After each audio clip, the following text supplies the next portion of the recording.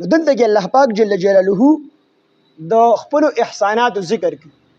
نو الله پاک فرمایي په دې باندې یو تعجب د تعجب اظهار کوي چې الله دور لوی ذات په تاسو باندې دومره احسانات کړی دي، دا غي باوجود تاسو د الله پاک سره کفر کوئ.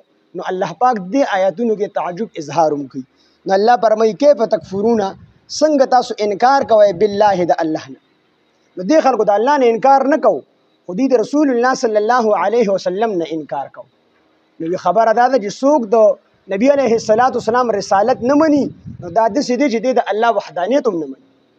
ځکه چې لا اله الا الله مني، محمد رسول الله سره خامخا مني.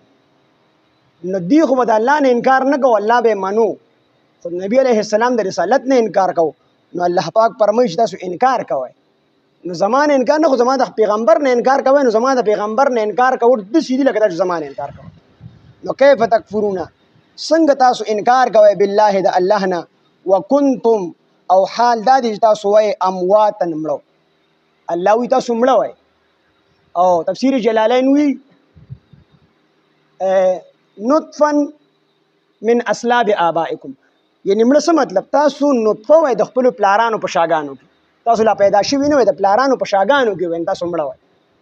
نو فاحیاکم، نو الله پاک وایي ما ژوندي کړی. فاحیاکم، نو تاسو الله ژوندي کړی. څنګه ژوندي کړی؟ فی الارحام والدنیا، تاسو د مور په خېټه کې الله ژوندي کړی.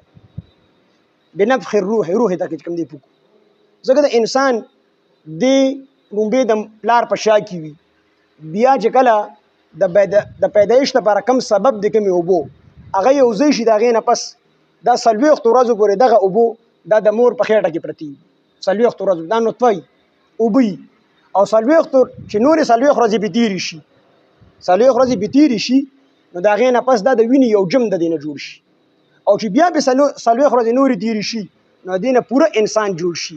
بیا به الله پاک جل جلاله روح پوکي د کې سا پیدا شي، دی بیا حرکت کول شروع کړي د مور په خېټه کې. 4 میاشتې پس د دې نه چې کوم دی صحیح انسان جوړي.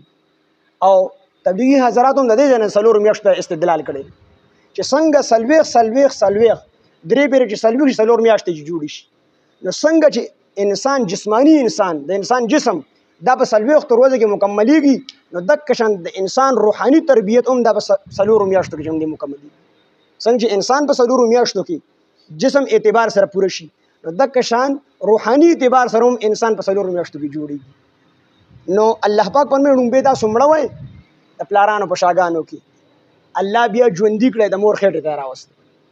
د مور په خېټه کې 40 ورځې در باندې تېرې شوې، تاسو چې کوم دی د غوښې د وینې یو جم درنه جوړ شو. بیا چې 40 ورځې تېرې شوې او بیا 40 ورځې تېرې شوې، په 4 میاشتو کې ستاسو نه پوره انسان الله پاک جوړ کو، او بیا به الله پاک روح پوکو، نو دی ژوندی شو. نو الله فرمایي چې تاسو مونږ مړه وای، نو بیا الله پاک ژوندي کړی د مور په خېټه کې یا د دنیا په خېټه کې، په دواړو کې الله پاک ژوندي کړي.